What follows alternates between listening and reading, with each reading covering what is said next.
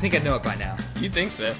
Hey, welcome to another episode of It Resolves. My name is Kevin. I'm Will, playing all the instruments. You're going to get through all of them. It's going to be great. I'm going to add some soon. Just make up instruments at this point. All right. Welcome to the Standard Limited Friday episode. We've got a lot to talk about today. Yes. There's been some incredible news this week. Yeah, it was News Week for Wizards. That's true. Something they haven't done before. This was like the first News Week. Yeah, They've had normally updates. it's a day, right, where they like push everything, all the big stuff into a day. They had so much this time they had to span it across a week. So we're gonna work through some of that. Yeah. As of recording this, we've got a Fair. few days of updates. Some more will come out that we might tack on. Let's just go ahead and let it all out there. We're recording on Wednesday. Yes. So we've got Monday, Tuesday, Wednesday news. We do not yet have the Thursday and the Friday news. So we apologize for that. We will be getting to that in future episodes. I'm sure it's going to be great stuff, so we do want to share it. Yeah. But until that point, we do want to bring you as much as we can possibly bring you leap over at the this fourth point. wall real quick. And, A little bit. This was our last available day, so we wanted to get all that we could, and we have a lot now. We so do have a we'll lot go now. over it. Before we get into that, I do want to point out that we do have a Patreon. We mention it every episode. We would love for you guys to check it out. Check it out. By no means should you feel like you have to check it out. If you're watching our content and enjoying it, that's all we care about. True. What we'd really like to do in the future is we've got bigger plans. We've got cool stuff that we want to do, and some of that is going to cost money. And so that's what it's there for. It's just to help us fund this and hopefully get some better content for you guys. Yeah. So, yeah. Sure. Sum it up pretty well? Yeah, I think All right, cool. So as with every day during the week except Sunday, we do have our random card of the day. Yeah, we're bad at remembering that. Sometimes. We've restarted one? I think so, where we just forgot the Kiki Weekly. Yeah. We do silly We're things so on this organized, you guys. That's the word for it. I'm being sarcastic. All right, here we go, guys. In 3, 2, 1. Magic power. Oh. Well, okay. I'm familiar with this one. You want to take it? You want me to? No, you go for it. Right. This is all you. Dawnbreaker Charioteers. It is a 2/4 for 4, 2 colorless, 2 white with flying and lifelink. It has heroic. So this is from. This was Born of the Gods, I think. It was. I'm sorry. Journey into Nyx. Oh, correct. Ooh. We don't know how to read. Well, like those sets, I kind of lump them all together. Yeah, they were. Yeah. The Theros block. We'll say that. Whenever you cast a spell that targets Dawnbreaker Charioteers, put a +1/+1 counter on Dawnbreaker Charioteers, and that's it. Yeah. So limited, it's okay. It's pretty good. Oh, limited is great. Heroic that's an effect that I tried to build around because I was super excited about it. Yes, tried. Found some neat interactions with some cards. Bioshift, pro tip, is exceptional for heroic decks. But heroic was never really a deck archetype that went off. Took off. Yeah. It's more so like a bonus effect on some creature. So if you think about it, reasons why, you've got to include in your deck creatures with heroic, and then enough like combat tricks and pump spells to make heroic work well. Yeah, and on top of that, heroic everybody thought would be a very cool mechanic, and it is a cool mechanic, but I think the problem with it is that there weren't enough good solid creatures with heroic to make it worth it. There was a couple decent low drops that you could get out early and then heroic some counters onto or something like that. Well, so not really. There's one in particular I'm thinking of. That was a 3-drop with double strike. It might have only been a 1/1, but you were able to pump counters onto it with heroic. Might have given up at that point. No, that was from Into Nyx, right? It might have been. I'm not sure. Again, I sort of lump these sets together because they're not my favorite. Right. But even so, that's for 3. So for 3 turns, and I think that was the cheapest in green. I think it's in green. I think you're right. I think it's in white. I'm almost positive it's in white. We know what we're talking about. The one with double strike. Oh, sorry. Yeah.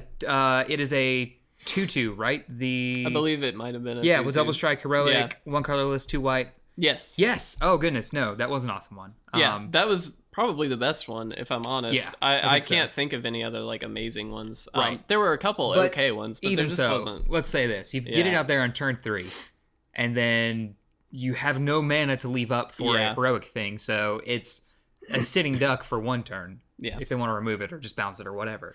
But let's say you get it out on turn 4. for an aggro deck, which is what Heroic needs to be because it works with counters and damage, right? You've not accomplished that at all. And it's a better tempo deck, but there wasn't a great build for a Heroic tempo deck. Well, and to that point too, Heroic suffered from bounce effects quite badly. Because you could just, instead of actually killing the creature, you just bounce it loses all the counters, and then it comes back, but it's really not a good now you've wasted maybe 2-3 spells to make it Heroic. It's just pretty bad. So it never really panned out. It's a vulnerable mechanic, I'll say that. Now when it worked, it's great. Right. And in limited, I think it was decent. Because again, you're pushing the later turns in limited, so you have the mana usually to hopefully get a creature out and then maybe a spell on it or something like that. But outside of that, now it was pretty cool to play with like Corpse Jack Menace and Heroic stuff to double those counters and kind of get really big, really fast. But even so, not the best. I should have thought of it as a tempo deck, and I didn't at the time. That being said, Dawnbreaker Charioteers, great and limited. Yes. It's a 2/4 for 4 in constructed with lifelink. Yeah. It's okay. It's just okay. Yeah. It's not that great. Yeah. So, but that's okay. All right. Card of the day. Move that one to the side. I'm not going to say it's out of the way because I always say that. Card of the day. Out of the way. Kevin Lissy, trademark. No, all right. I just said my last name. Whatever. Stalk him. Stalk me. No. So here's the deal, guys. We have a ton of updates. We already talked about. We're pushing Monday through Wednesday today. Yes. In just those 3 days, there are a ton of things to talk about. Why don't you kick us off? Sure. Okay. Biggest thing. Yes. Changes in the formatting of sets is the, I think, first piece of news we got on Monday. Right. So, Rosewater put out an article, Metamorphosis 2.0. Go check it out if you haven't. A callback to another article of his back in the day. Right, Metamorphosis. Hence the 2.0. Right. I like to point out obvious things. It's fine. We need that help sometimes. I do especially. A callback to a previous article he wrote about how magic's changes are complicated and how they think about it when they're making magic. So, same theme here. Yeah. He admits that there have been a lot of struggles with the standard format as of late, back to the past change. Yeah. And I think we all kind of knew that. Well, right? yeah. We're all kind of feeling that. Yeah. Right. We'll get into that even more in a little bit. True. But he talks about some of the things that worked well, some of the things that didn't. And from all this, the R&D team decided to change the way sets come out, when they come out, all that stuff. So what does that mean? The fall, winter, and spring sets going to be large sets. So, not small sets, large sets. They're doing away with the small sets. Yes, is what it amounts to. They've done their research. I know Mark Rosewater over there he made a few comments about it in the article. If you haven't read it, you definitely should. Where they did their research. They had some complaints about the smaller sets not being quite as valuable as the other sets. There's just not so many cards that people want in those sets naturally. And so they don't sell well. And generally they haven't really added to the format as much as they had liked. And so what they decided to do is exactly what you said. Do away with all the small sets. Don't even worry about it. We're going to have one large set every season. Yeah.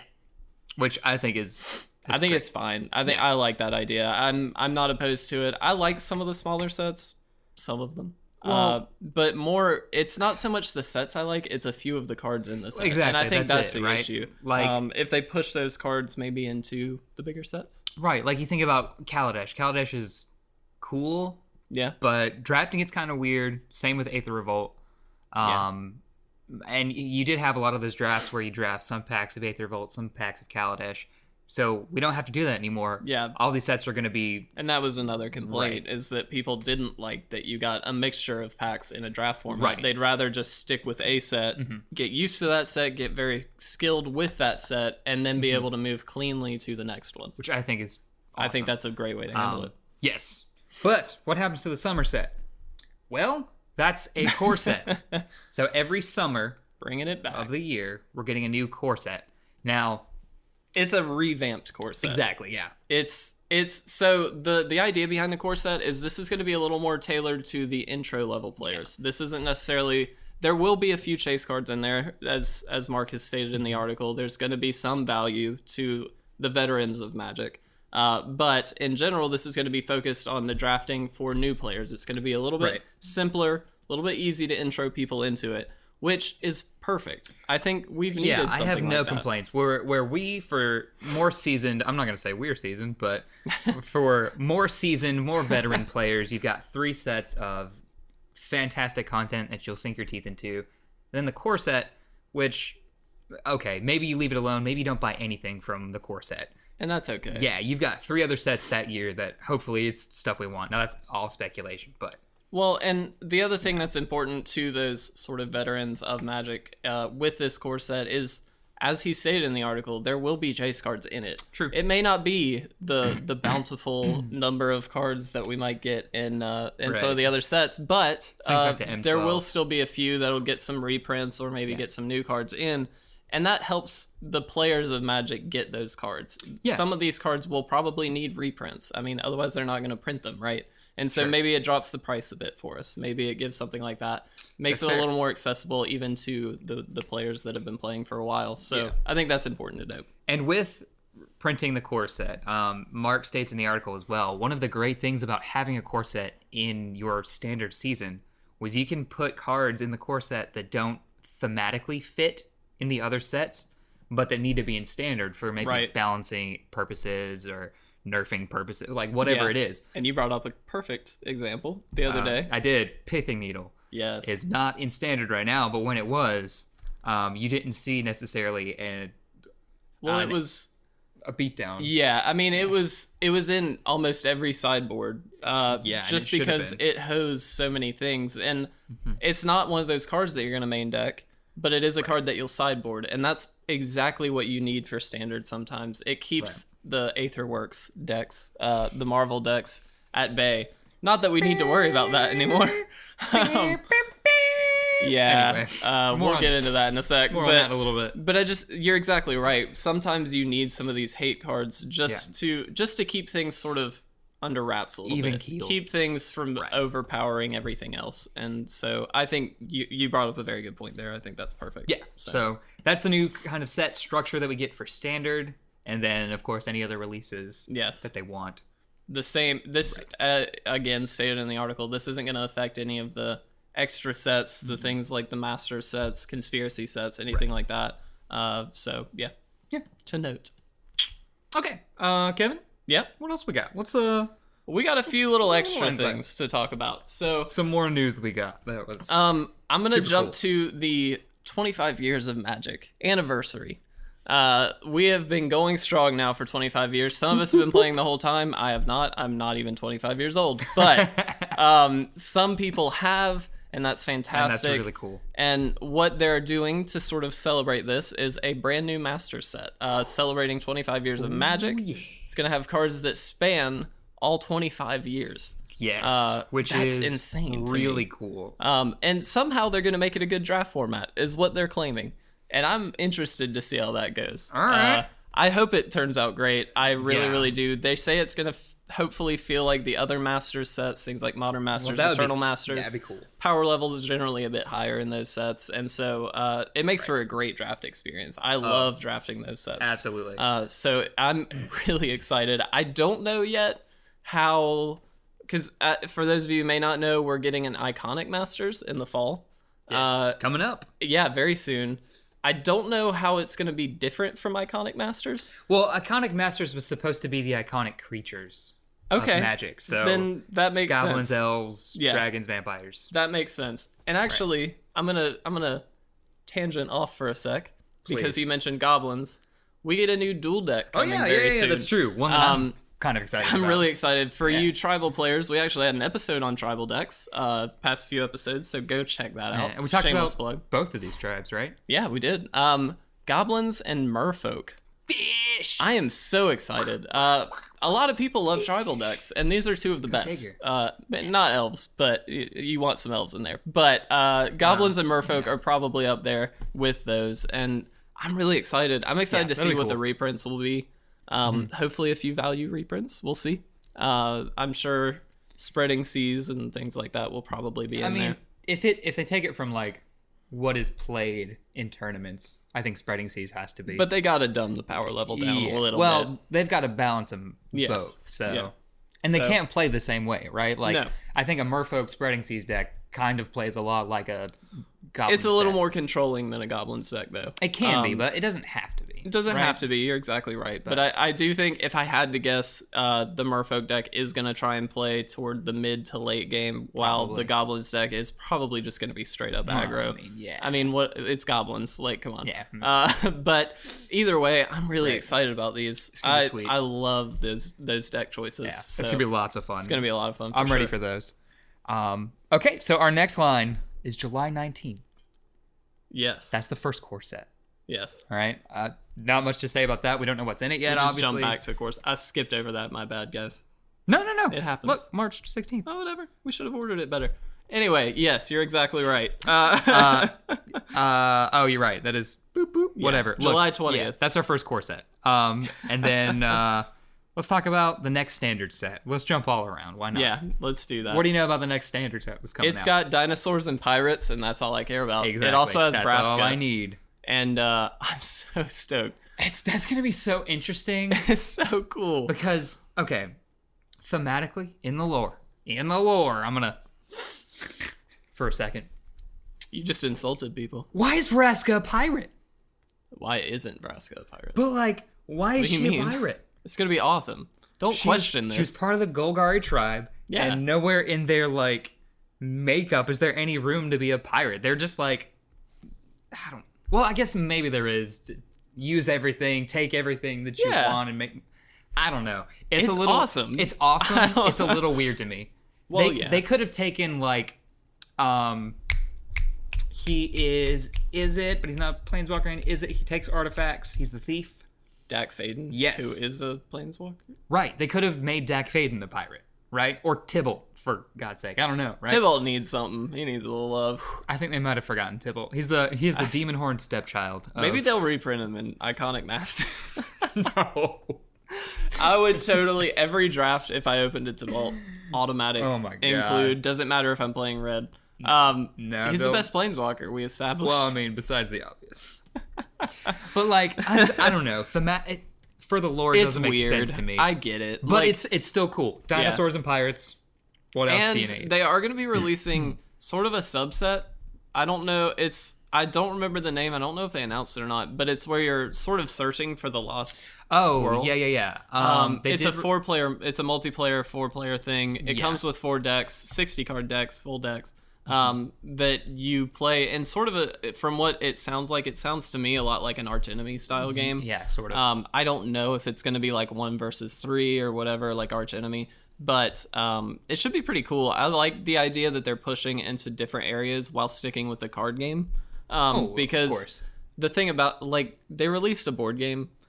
And they did. It wasn't good. I'm sorry. If you enjoy it, that's great. Yeah, that's fine. It wasn't my thing either. I've actually got it. I do. I also do. Now. Do you? At the house, but I think it's just not that good. The value for me was getting the guys to use for D&D, and I use them now for like. That's totally fair. And that's it. So I like them going on different expansions, but sticking with the card game itself, not trying to create a board game or anything like that. Right. I think that's fantastic. So I'm excited to see how it goes. Yeah. I do like the Arch Enemy stuff. I have to be honest and say that I've watched a lot of playthroughs of it, but I've not actually played it myself. Okay.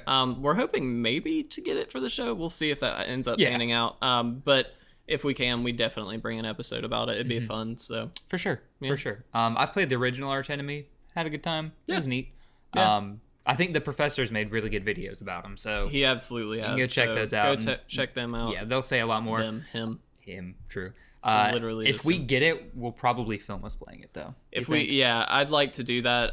That might be our first experience with filming live games, but we'll do the best we can. Yeah, maybe it'll go better than the box opening.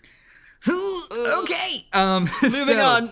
That is Ixalan. Yes. The first set, I guess, of Ixalan that comes out September 29th. Yes. This year.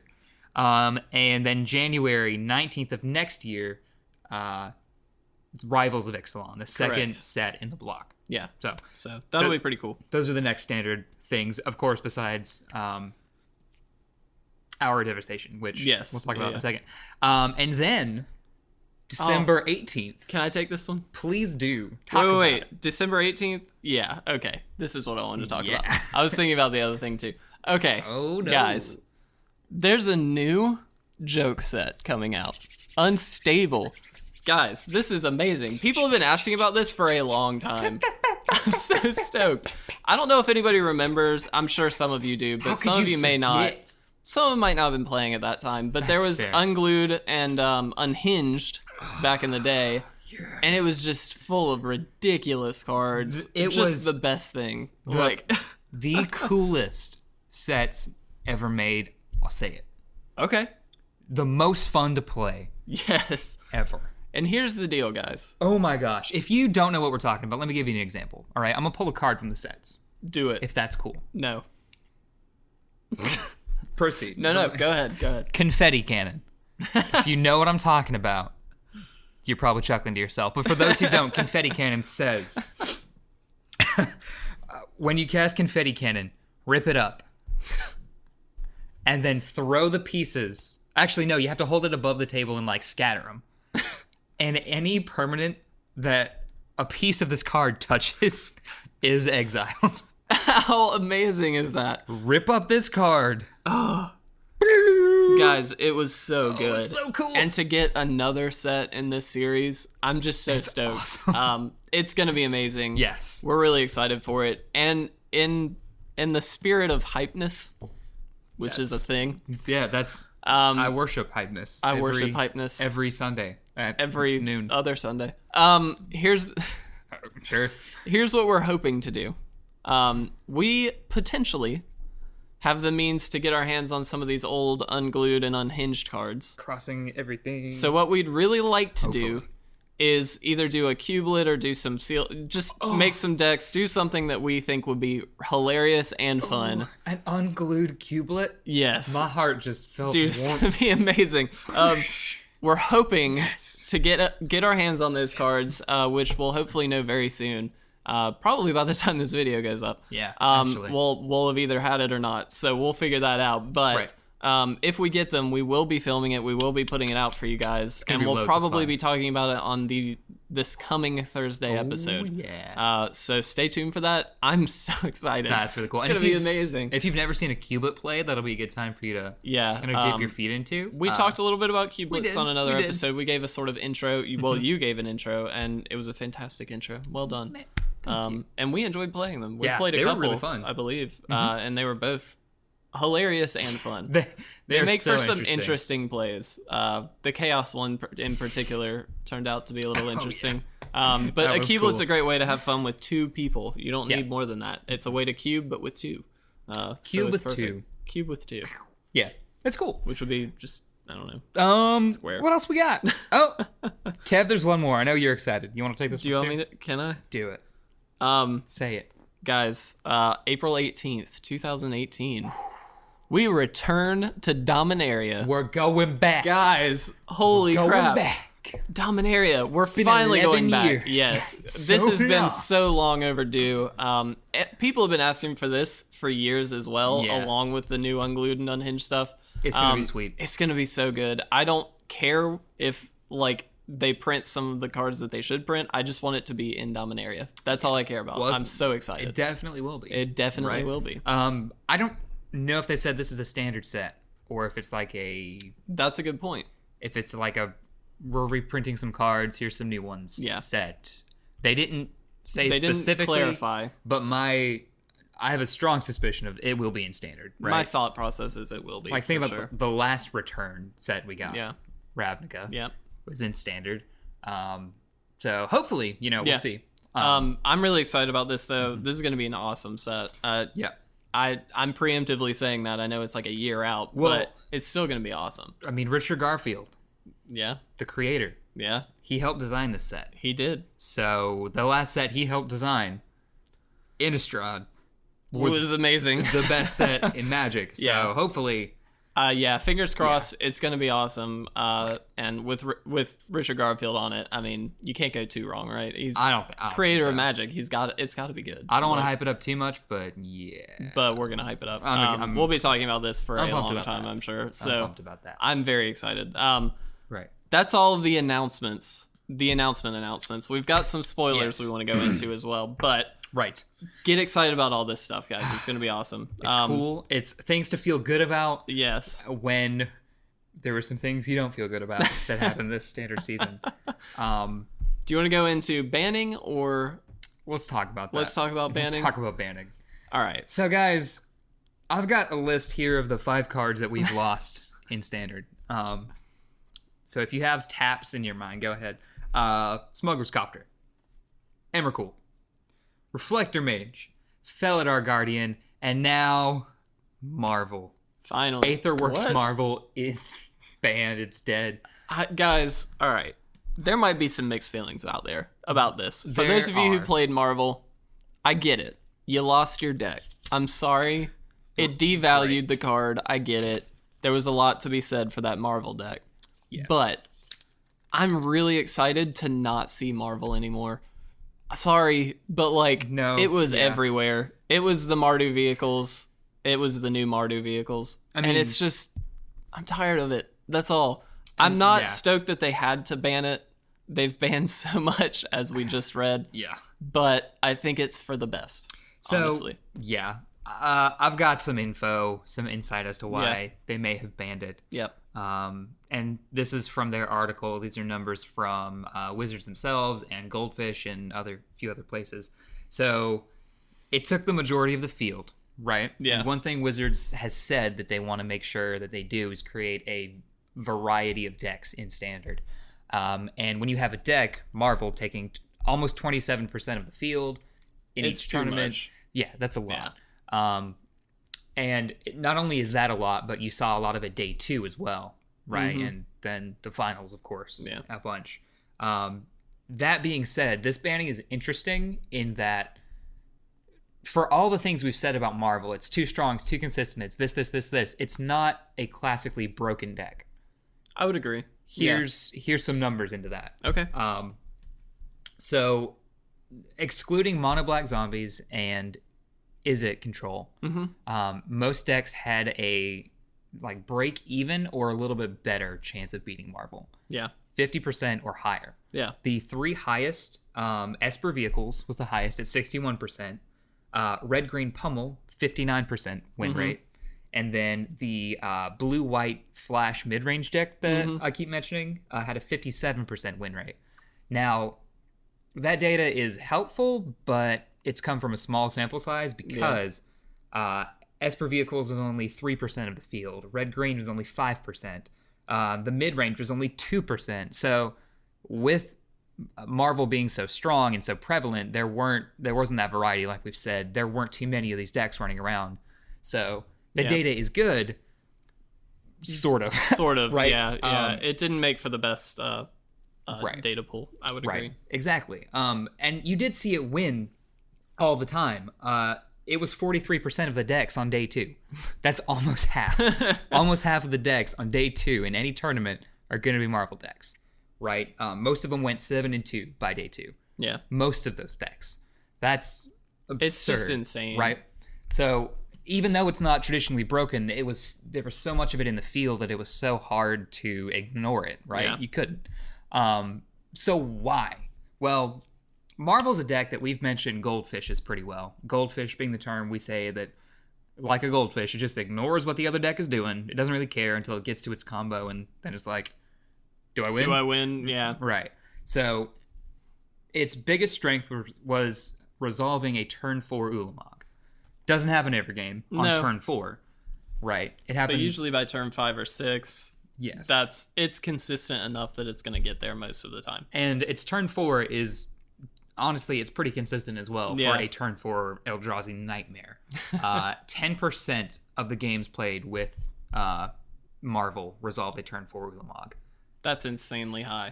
Yeah. Of all the... Yes. 10% of the games resolved a turn 4 Ulamog. That's mean. Very. That's scary. And so really at that point, most decks can't come back. The zombies can't come back. Vehicles can't come back.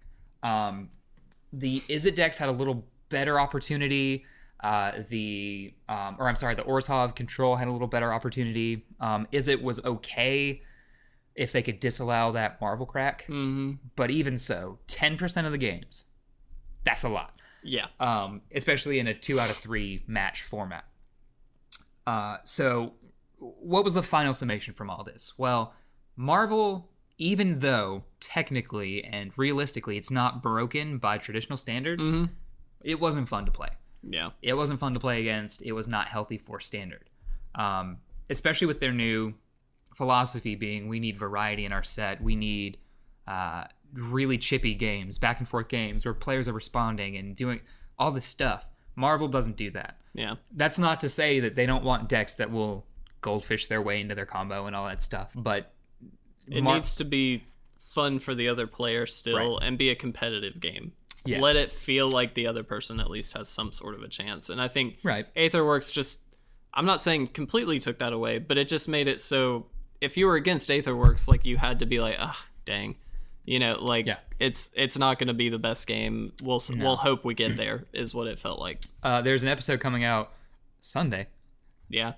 Where we talk about inevitability as a theory in Magic, and let it be said that the Aetherworks deck has incredible inevitability. Yes. Inevitability being, all right, if this happens, I will probably win. Yes. Given the time, I'm gonna win. Yeah, and 4 Aetherworks turns has it. in standard.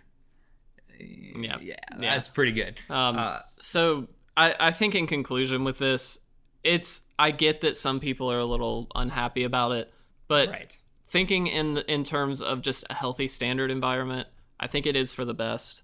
I think hopefully most people can see that. But again, if you do have a different opinion, that's okay. This is a place of opinions, so that's fine. I think for standard and to keep it healthy, to keep it fun, and to keep it competitive for other people, I think this is a good way to go. Probably, yeah. So. And most of the bans this season have been focused on that. Yeah. The Reflector Mage ban in particular stands out to me because Reflector Mage in and of itself isn't a very strong card.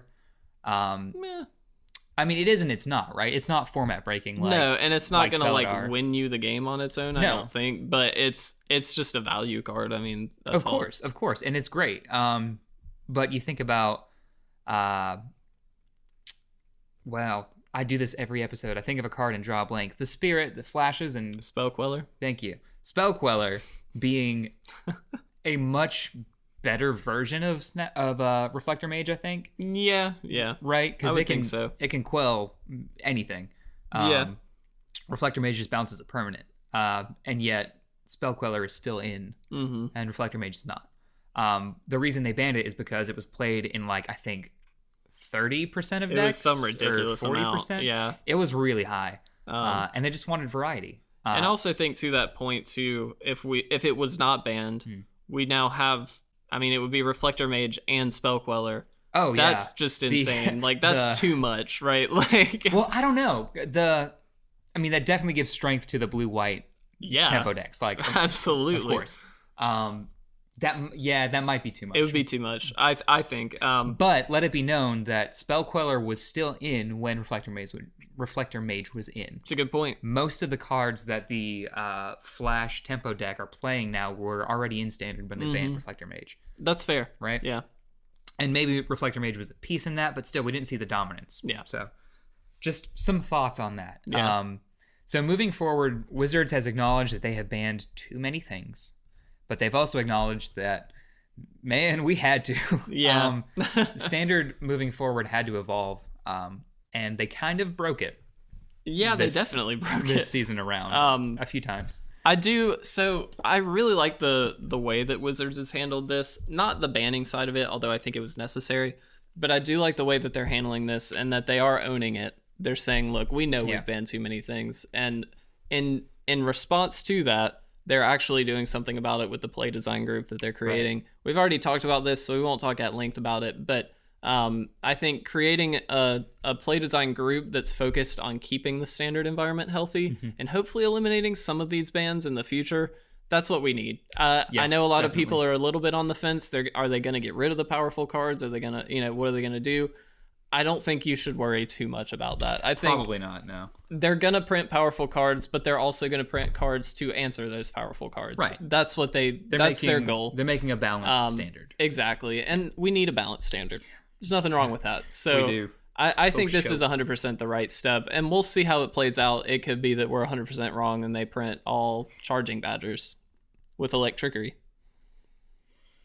No comment. But we'll see. So no, I think moving forward, we're hopefully going to be in a good place. So I think so. I saw someone in a forum the other day saying, all of these bans have made me lose faith in Wizards. And that could be a thought running around, but you guys look. They're responding to it. Yes. Magic has always been an evolving and amalgamous sort of game, right? And that's what you really want.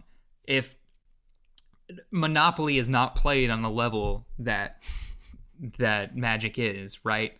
Even Yu-Gi-Oh! Isn't played on the level that Magic is. I know there make some people mad saying that. That's fine. I know there are some like tournaments, but I mean there are no 25 years of this game tournaments, right? Other than physical sports, like you don't have this moving amorphous game with a season, with things rotating. So Magic has to change. It always changes, and we got to accept that. There are going to be some things we don't want. Yep. Right? Some things in evolution didn't work out. The dodo bird is extinct for a reason. It walked off of cliffs and couldn't fly. It just didn't work. Nature banned the dodo bird. Right? Yeah. And I had a point and I lost it. Even so, lemmings are still an animal. They're still alive. Nature hasn't banned lemmings yet. Oh my gosh. Okay. And they do the same thing. Do you know what a lemming is? No. They're adorable. They're like little hamster guinea pig looking things. Yeah. And they run off cliffs. And that's their like claim to fame. I really want to see that happen. That's really terrible of me Bonus to say. Patreon content, videos of lemmings. No, and honestly, guys, I mean, we have to own the fact that we're all Magic players, and there's never going to be a standard where we're 100% happy with everything. We're gonna pick on something. Yep. And I agree this was a particularly rough standard with all the bannings, things like that. But at some point, you just got to say, okay, I'm just picking something to complain about. Not saying this is the time, but I just mean in general, that happens. Like, yeah. And just because you have a complaint to you doesn't mean it's not valid. No, but I'm just saying, like, realize that at some point, it's not going to be perfect. Yeah, there's going to be something you don't like somewhere. Yeah. Right? I'm a little more blunt, I think. That's fine. It happens. I need that in my life. So with that taken care of, all the unpleasantness out of the way. All the unpleasantness. We got some exciting stuff to talk about. Guys, let's get excited. Oh, I did want to make one more point. Oh, okay. For Marvel players. Yeah. Guys, all is not lost. There was a deck that went 5-0 on a standard league on Magic Online that was a Teamer Energy deck that honestly played a lot of the same cards. Whirler Virtuoso, the 3/2 guy that draws you a card and gives you energy. Yeah, I don't remember the name. Remember that? I'm sorry, I forgot. Blue-green guy. Yes, him. He was played in it. Glorybringer was in it. Chandra was a Planeswalker in the deck. Like a lot of these same cards are still in that reminiscent deck. Of the Aetherworks deck. You don't need to change that much about your deck. A little bit. Go look up the deck list. I might throw it on Twitter and Faceplace. Maybe. Yeah. We'll see. But that's some good advice to those who do have the Aetherworks deck but don't want to like recreate their whole new standard deck. That might be a way to go. It went 5-0 when Marvel was still legal. Wow, that's insane. Right. So I don't know what decks it played against, of course, but yeah, go check it out. Go find it. Some good advice. Don't be afraid. Maybe you have to evolve just like Magic. I don't know. It's fine. All right. Moving on. Guys, we have some new spoilers. We do. They're so exciting. I love these cards. So we're finally getting into Hour of Devastation spoilers. I don't know if we know 100% if these are real. Most likely they're real. Yeah. They're real. Probably. They're real. There's like 99% positivity that it's real. I'd be surprised if there aren't. So, do you want to take the first one? You got it pulled up? Yeah. Oh, sure. All right. So we got a new kitty cat. Yes. Adorned Pouncer.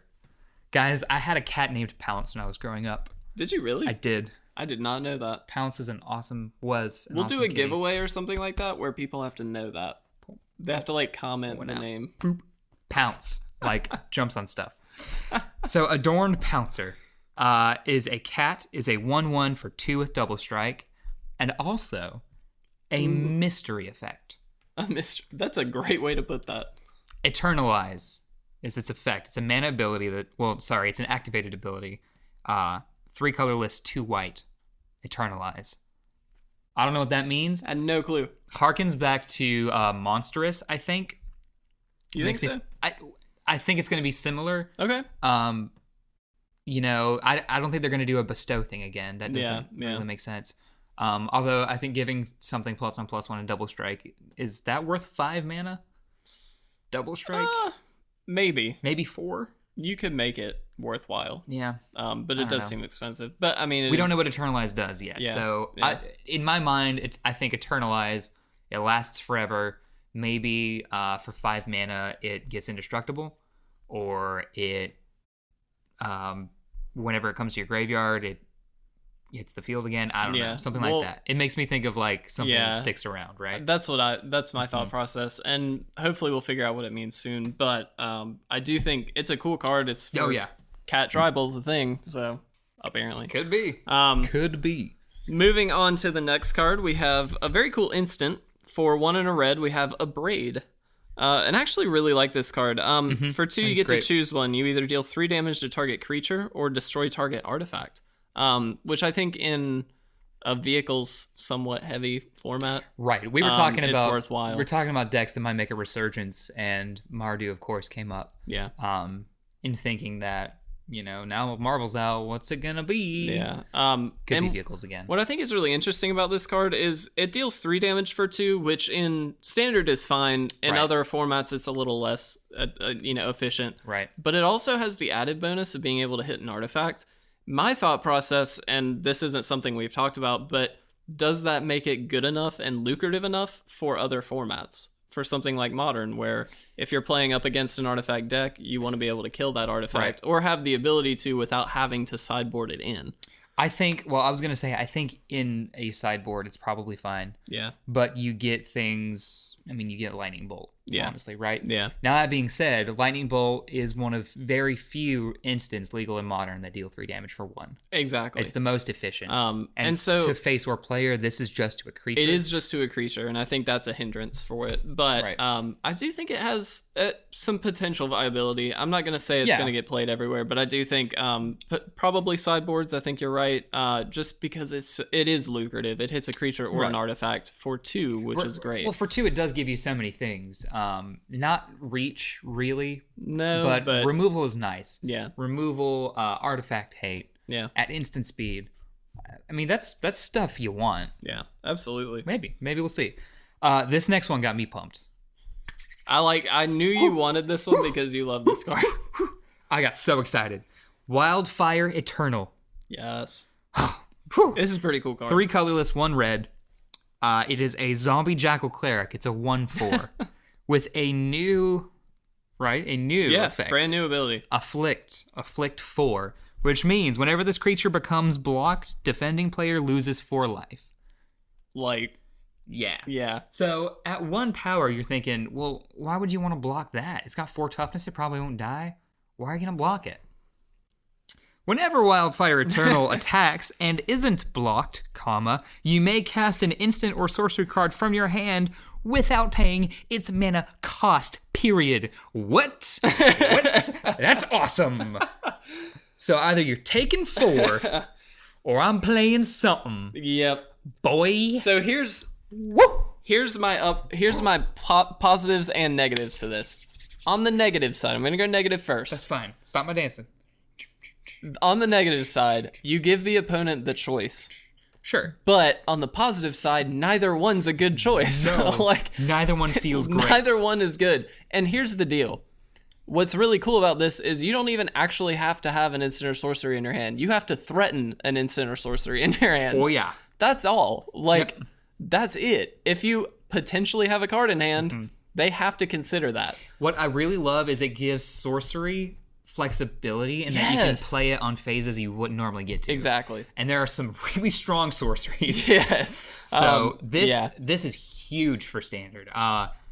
You could play Approach of the Second Sun on turn 5. That's such a good point. I did not even think of that. Dude. That's so cool. Yeah, I think this is a great card. It's awesome. The Afflict ability, I'm excited to see more of. I think that's awesome. That's such a cool ability. Oh yeah, that gives aggro decks so much reach. Yeah. It gives tempo decks reach. It gives control decks reach. It does. It works in most kinds of decks. Put it in Is It Control. Do it now. You're welcome. And I think that is the kind of deck that you really want it in. I think the aggro decks are okay to put it in, but because you're mostly going to be playing creatures in those decks, it doesn't have the upside on the instant and sorcery. Right. And in a control deck, you play it and then potentially get a free draw spell, get a free removal spell. There's a bunch of stuff you can do with it. And so I think those are the decks that are really going to want it, if I'm honest. Ooh, you know what? Yep. Since you get to play it, if it isn't blocked before damage resolves, you could get injury out. You could play Insult and Injury. Yeah. And double the damage in your combat phase. Absolutely. You can do that. Ooh. Yeah, it's pretty awesome. Moving to the last spoiler that we've got. This is the one I do declare. This is the one I'm most excited about, and I cannot pronounce the first part of it. Ramanap Excavator. This is really sweet. A 2/3 for 3/2 colorless and 1 green, a Naga cleric that has the ability that says you may play land cards from your graveyard. Now, for those of you who've been around Magic for a little bit, this might make you think of a card. Will, you know what that card is? Gauntlet of the Realms. Absolutely not. Crucible of Worlds. Yeah, okay, guys, this is Crucible on a stick. Yeah. Like, in standard. Yes. Like, the cycling lands, it now doesn't matter if you cycle them. Yeah, like, it makes bicycle feel so much better. Do it. Yeah. This is going to get the bicycle lands, I think, in more decks that play green, obviously. Definitely. Because, I mean, honestly, let's all be clear here. Bicycle lands, they're pretty bad. Like, they're not fun. They're not good. You get rid of a land and draw a card, and if you cycle, you usually want to hit a land. Yeah, it's just not ideal. No. And with this, maybe not so bad. It's fine. Just pitch them, draw stuff, and then put Here's it on the deal, though. Let's talk not standard. Let's talk modern. Let's talk something like that. Fetch lands. Play them as many times as you want. Yes. How about Ghost Quarter? Ghost Quarter all of the lands. Why not?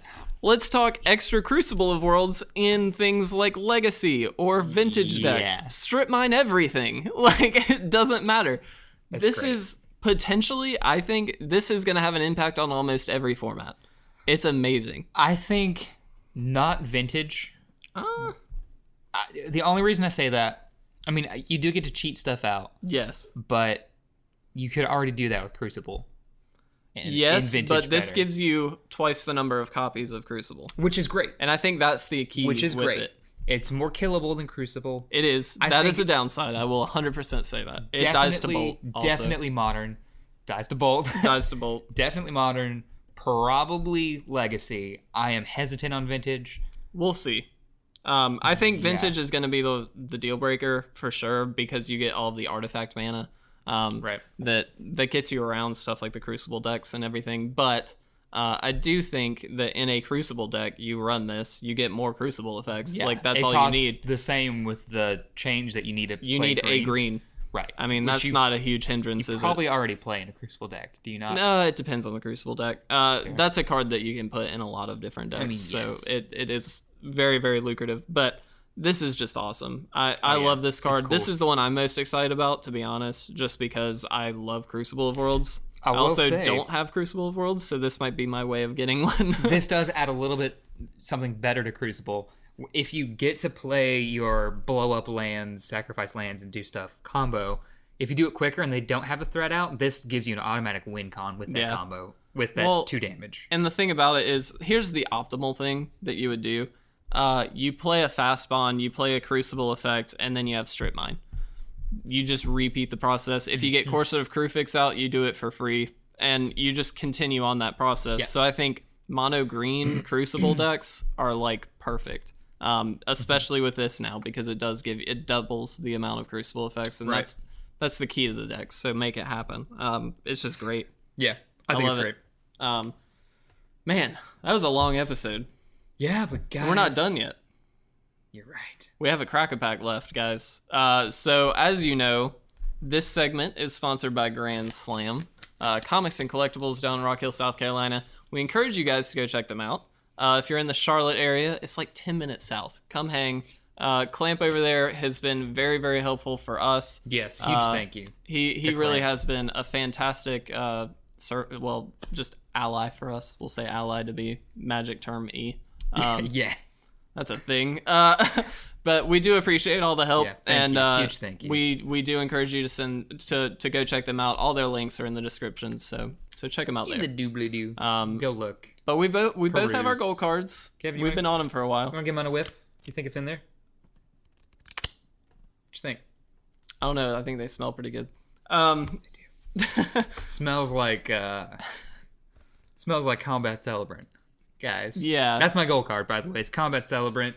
He is a 4/1 for 3. I looked the other day just to be sure. Again, 4/1 for 3 that gives you extra combat steps if you haven't exerted him. Which seems awesome. I am looking for Gideon of the Trials. Not the greatest card in the world, but one that I enjoy. No. So we'll see what we get. Well, yeah. No, but do you want me to go first? Or do you want to? I'll do it. I've found it here. Oh, Hollow Cartouche of Zeal. Oh. It's Scattergroves. It's one of the bicycle lands. So I opened it and I was like, of course, another one of these. But with the new spoiler, don't feel as bad now. Yeah. Still don't love it. Still don't love it. No, it's not great. No. But do you have what would be your pick? If I'm drafting this, I'm looking. So there's a few ones I'm seeing right now. Gravedigger is a limited staple. It's excellent. It's excellent in draft, so that's automatically on the top of my mind. I've also got Electrify. 4 damage removal is great. Destined to Lead is all right. Not that great, no, though, is it? I don't think that's a build-around card, really, if I know I'm going really aggressive. I've also got Floodwaters as a great get-out-of-trouble card. But I think it's Gravedigger. Really? Oh, yeah. Gravedigger does work in limited. Okay. It's recursion for a bomb or a cycling guy. Yeah. It's an excellent card in draft. And, oh, psych, I just saw Slitherblade. That's my pick. Anyway, moving on. So I've got my pack opened here. I also did not get my gold card. I got Mouth to Feed, which is not a card that I'm too excited about. It's not, I mean, it's fine in draft. It's a good card, but it's just not my favorite. That being said, I've got 2 cards that I would probably look at first picking and 2 that I would hope would wheel at some point, or maybe I could use in later turns. The first one that I would potentially first pick is just Electrify. Like you said, 4 damage for removal is great. Yeah. I also have a Greater Sandworm, which I really like. It cycles if you can't play it or if you need a land. But at the end of the day, it's also just a 7/7. I mean, at the end of it all. Yeah, so it's only super strong. And it can't be blocked by creatures with power 2 or less, which isn't, I mean, it's kind of relevant. I mean, there are a few at standard. Well, I'll say a bunch actually now that I think about it. So I'd probably I don't know. It's kind of a toss up for me. I might pick the Greater Sandworm just because I like green in this set, to be honest. I like green in limited too. Yeah. It's a pretty simple color to. There's a lot of good cards in green, actually. Yeah, it's a simple color to draft and work around, just because it's not a very complicated color. Exactly. As we've said before. Yeah, and probably on the wheel, I'd hope to get the Hieroglyphic Illumination. Blue-green ramp seems pretty good, and so that would be the card I'd really look forward to if I could. I wouldn't necessarily expect it to. I also have a Fling. I just like Fling. Fling is excellent. Fling wins games. All right, guys. So thank you again to Grand Slam. Huge and thank thanks, you guys. to all of you for hanging out with us for a bit. I know this has been a longer episode, but hopefully an informative one. It's been a lot of info tossed at you. Yeah, let us know what you think in the comments section, wherever you're viewing our fantastic content. Are you happy about the ban? Are you upset? Yeah. What do you think? So definitely let us know what you guys think. We'd love to hear about it. And until next time, my name's Kevin. My name is Will. And this has been It Resolves.